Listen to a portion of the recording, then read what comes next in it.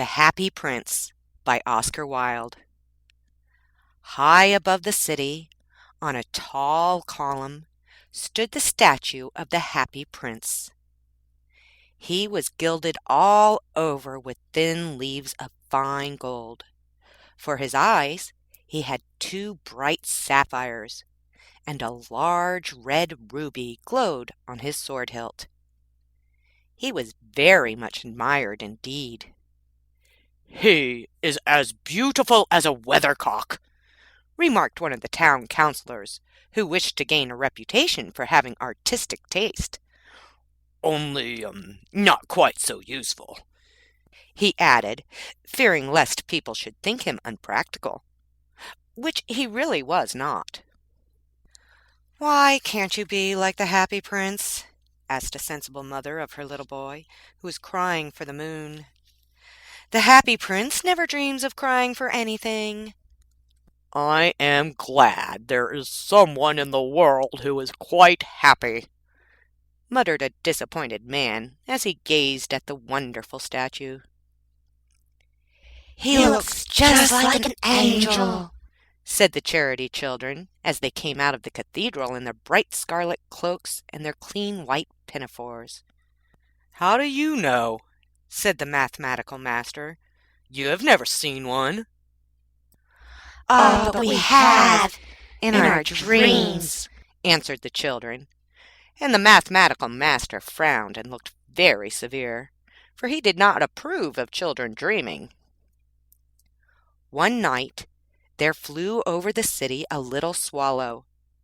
His friends had gone away to Egypt 6 weeks before, but he had stayed behind, for he was in love with the most beautiful reed. He had met her early in the spring as he was flying down the river after a big yellow moth, and had been so attracted by her slender waist that he had stopped to talk to her. "Shall I love you?" said the swallow, who liked to come to the point at once, and the reed made him a low bow. So he flew round and round her, touching the water with his wings and making silver ripples.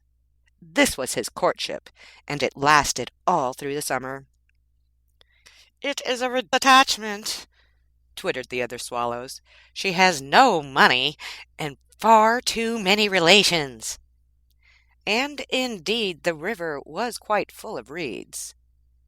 Then when autumn came, they all flew away. After they had gone, he felt lonely and began to tire of his lady love. "She has no conversation," he said, "and I am afraid that she is a coquette, for she is always flirting with the wind." And certainly, whenever the wind blew, the reed made the most graceful curtsies. "I admit that she is domestic," he continued, "but I love traveling, and my wife, consequently, should love traveling also. Will you come away with me?" he said finally to her. But the reed shook her head.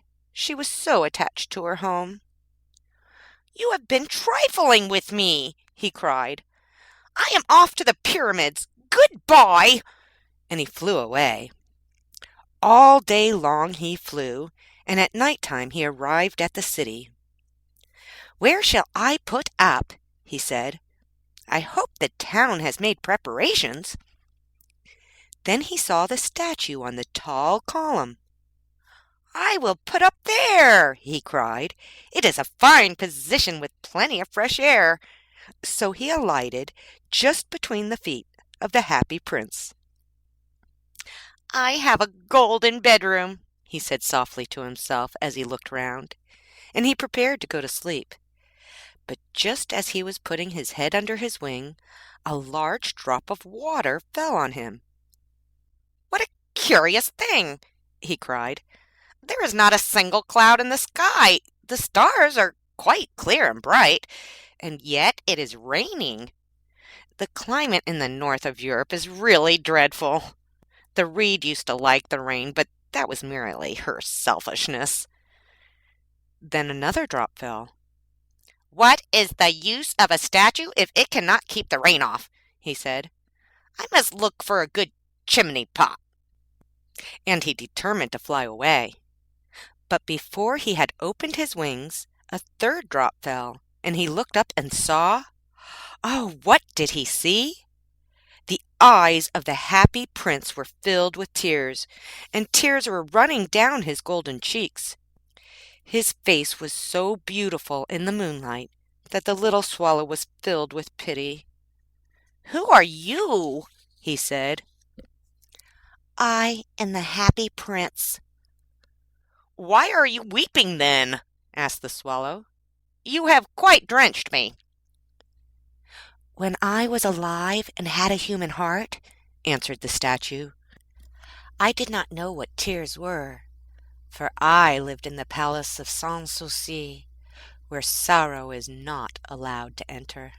In the daytime I played with my companions in the garden, and in the evening I led the dance in the great hall. Round the garden ran a very lofty wall, but I never cared to ask what lay beyond it. Everything about me was so beautiful. My courtiers called me the happy prince, and happy indeed I was, if pleasure be happiness. So I lived, and so I died. And now that I am dead, they have set me up here so high that I can see all the ugliness and all the misery of my city, and though my heart is made of lead, yet I cannot choose but weep." "What? He is not solid gold?" said the swallow to himself. He was too polite to make any personal remarks out loud. "Far away," continued the statue in a low musical voice, "far away in a little street there is a poor house. One of the windows is open, and through it I can see a woman seated at a table. Her face is thin and worn, and she has coarse red hands, all pricked by the needle, for she is a seamstress. She is embroidering passion flowers on a satin gown for the loveliest of the Queen's maids of honor to wear at the next court ball. In a bed in the corner of the room, her little boy is lying ill. He has a fever and is asking for oranges. His mother has nothing to give him but river water, so he is crying. Swallow, swallow, little swallow, will you not bring her the ruby out of my sword hilt? My feet are fastened to this pedestal, and I cannot move." "I am awaited for in Egypt," said the swallow. "My friends are flying up and down the Nile and talking to the large lotus flowers. Soon they will go to sleep in the tomb of the great king. The king is there himself in a painted coffin. He is wrapped in yellow linen and embalmed with spices. Round his neck is a chain of pale green jade, and his hands are like withered leaves." "Swallow, swallow, little swallow," said the prince, "will you not stay with me for one night and be my messenger? The boy is so thirsty, and the mother so sad." "I don't think I like boys," answered the swallow. "Last summer, when I was staying on the river, there were 2 rude boys, the miller's sons, who were always throwing stones at me. They never hit me, of course. We swallows fly far too well for that, and besides, I come from a family famous for its agility. But still, it was a mark of disrespect." But the happy prince looked so sad that the little swallow was sorry. "It is very cold here," he said, "but I will stay with you for one night and be your messenger." "Thank you, little swallow," said the prince. So the swallow picked out the great ruby from the prince's sword and flew away with it in his beak over the roofs of the town. He passed by the cathedral tower, where the white marble angels were sculptured. He passed by the palace and heard the sound of dancing. A beautiful girl came out on the balcony with her lover. "How wonderful the stars are," he said to her, "and how wonderful is the power of love." "I hope my dress will be ready in time for the state ball," she answered. "I have ordered passion flowers to be embroidered on it, but the seamstresses are so lazy." He passed over the river and saw the lanterns hanging to the masts of the ships. He passed over the ghetto and saw the old Jews bargaining with each other and weighing out money in copper scales. At last he came to the poorhouse and looked in. The boy was tossing feverishly on his bed, and the mother had fallen asleep. She was so tired. In he hopped and laid the great ruby on the table beside the woman's thimble. Then he flew gently around the bed, fanning the boy's forehead with his wings. "How cool I feel," said the boy. "I must be getting better." And he sank into a delicious slumber. Then the swallow flew back to the happy prince and told him what he had done. "It is curious," he remarked, "but I feel quite warm now, although it is so cold." "That is because you have done a good action," said the prince, and the little swallow began to think, and then he fell asleep. Thinking always made him sleepy. When day broke, he flew down to the river and had a bath. "What a remarkable phenomenon," said the professor of ornithology as he was passing over the bridge. "A swallow in winter." And he wrote a long letter about it to the local newspaper. Everyone quoted it. It was full of so many words that they could not understand. "Tonight I go to Egypt," said the swallow, and he was in high spirits at the prospect. He visited all the public monuments and sat a long time at the top of the church steeple. Wherever he went, the sparrows chirruped and said to each other, "What a distinguished stranger!" He so enjoyed himself very much. When the moon rose, he flew back to the happy prince. "Have you any commissions for Egypt?" he cried. "I am just starting." "Swallow, swallow, little swallow," said the prince, "will you not stay with me one night longer?" "I am waited for in Egypt," answered the swallow. "Tomorrow my friends will fly up to the second cataract. The river horse couches there among the bulrushes, and on a great granite throne sits the god Menon. All night long he watches the stars, and when the morning star shines he utters one cry of joy, and then he is silent. At noon the yellow lions come down to the water's edge to drink. They have eyes like green beryls, and their roar is louder than the roar of the cataract." "Swallow, swallow, little swallow," said the prince. "Far away across the city I see a young man in a garret. He is leaning over a desk covered with papers, and in a tumbler by his side there is a bunch of withered violets. His hair is brown and crisp, and his lips are as red as a pomegranate, and he has large and dreamy eyes. He is trying to finish a play for the director of the theater, but he is too cold to write any more. There is no fire in the grate, and hunger has made him faint." "I will wait with you for one night longer," said the swallow, who really had a good heart. "Shall I take him another ruby?" "Alas, I have no ruby now," said the prince. "My eyes are all that I have left. They are made of rare sapphires, which were brought out of India 1,000 years ago. Pluck out one of them and take it to him. He will sell it to the jeweler and buy food and firewood and finish his play." "Dear prince," said the swallow, "I cannot do that," and he began to weep. "Swallow, swallow, little swallow," said the prince, "do as I command you." So the swallow plucked out the prince's eye and flew away to the student's garret. It was easy enough to get in, as there was a hole in the roof. Through this he darted and came into the room. The young man had his head buried in his hands, so he did not hear the flutter of the bird's wings. And when he looked up, he found the beautiful sapphire lying on the withered violets. "I am beginning to be appreciated," he cried. "This is from some great admirer.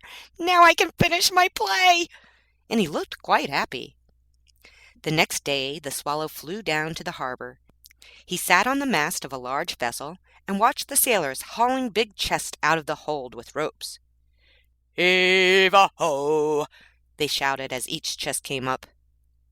"I am going to Egypt!"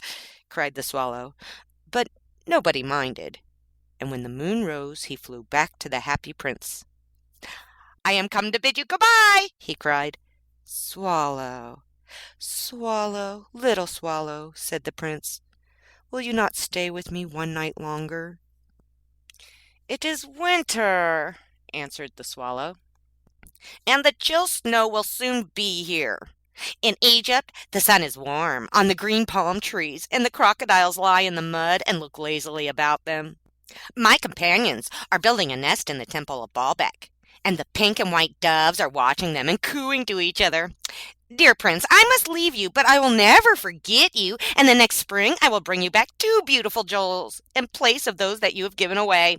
The ruby shall be redder than a red rose, and the sapphire shall be as blue as the great sea." "In the square below," said the happy prince, "there stands a little match girl. She has let her matches fall into the gutter, and they are all spoiled. Her father will beat her if she does not come home with some money, and she is crying. She has no shoes or stockings, and her little head is bare. Pluck out my other eye and give it to her, and her father will not beat her." "I will stay with you one night longer," said the swallow, "but I cannot pluck out your eye. You would be quite blind then." "Swallow, swallow, little swallow," said the prince, "do as I command you." So he plucked out the prince's other eye and darted down with it. He swooped past the match girl and slipped the jewel into the palm of her hand. "What a lovely bit of glass!" cried the little girl, and she ran home laughing. Then the swallow came back to the prince. "You are blind now," he said, "so I will stay with you always." "No, little swallow," said the poor prince, "you must go away to Egypt."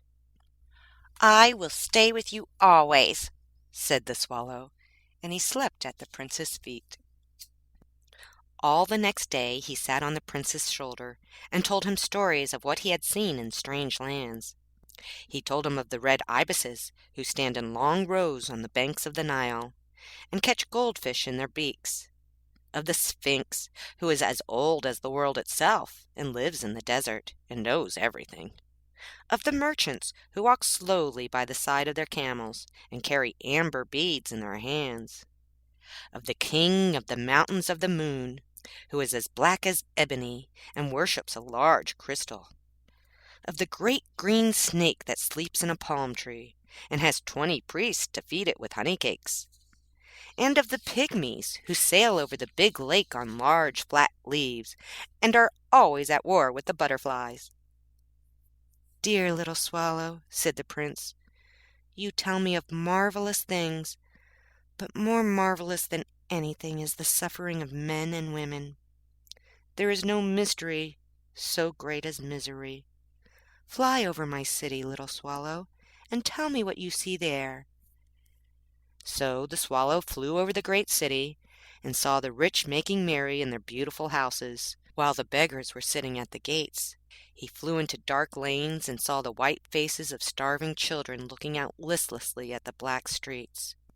Under the archway of a bridge, 2 little boys were lying in one another's arms to try and keep themselves warm. "How hungry we are," they said. "You must not lie here," shouted the watchman, and they wandered out into the rain. Then he flew back and told the prince what he had seen. "I am covered with fine gold," said the prince. "You must take it off, leaf by leaf, and give it to my poor. The living always think that gold can make them happy." Leaf after leaf of the fine gold the swallow picked off, till the happy prince looked quite dull and gray. Leaf after leaf of the fine gold he brought to the poor, and the children's faces grew rosier, and they laughed and played games in the street. "We have bread gnawed," they cried.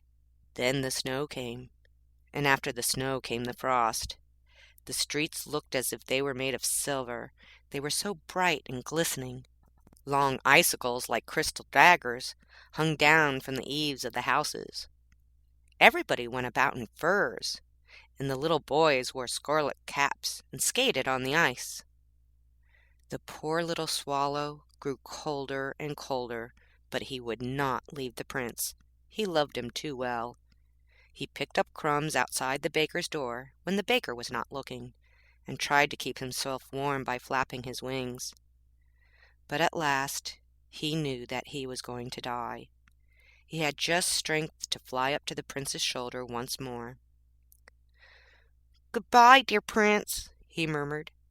"Will you let me kiss your hand?" "I am glad that you are going to Egypt at last, little swallow," said the prince.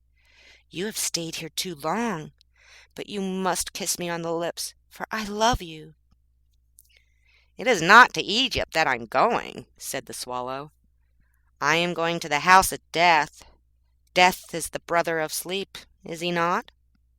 And he kissed the happy prince on the lips and fell down dead at his feet.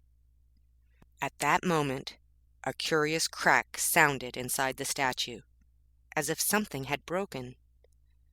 The fact is that the leaden heart had snapped right in two. It certainly was a dreadfully hard frost. Early the next morning, the mayor was walking in the square below, in company with the town councillors. As they passed the column, he looked up at the statue. "Dear me, how shabby the happy prince looks," he said. How shabby indeed, cried the town councillors, who always agreed with the mayor, and they went up to look at it. "The ruby has fallen out of his sword, his eyes are gone, and he is golden no longer," said the mayor. "In fact, he is little better than a beggar." Little better than a beggar, said the town councillors. "And there is actually a dead bird at his feet," continued the mayor. "We must really issue a proclamation that birds are not to be allowed to die here." And the town clerk made a note of the suggestion. So they pulled down the statue of the happy prince. As he is no longer beautiful, he is no longer useful, said the art professor at the university. Then they melted the statue in a furnace, and the mayor held a meeting of the corporation to decide what was to be done with the metal. "We must have another statue, of course," he said, "and it shall be a statue of myself." Of myself, said each town councillor, and they quarreled. When last I heard of them, they were quarreling still. "What a strange thing," said the overseer of the workmen at the foundry. "This broken lead heart will not melt in the furnace. We must throw it away." So they threw it on the dust heap where the dead swallow was also lying. "Bring me the two most precious things in the city," said God to one of his angels. And the angel brought him the leaden heart and the dead bird. "You have rightly chosen, said God.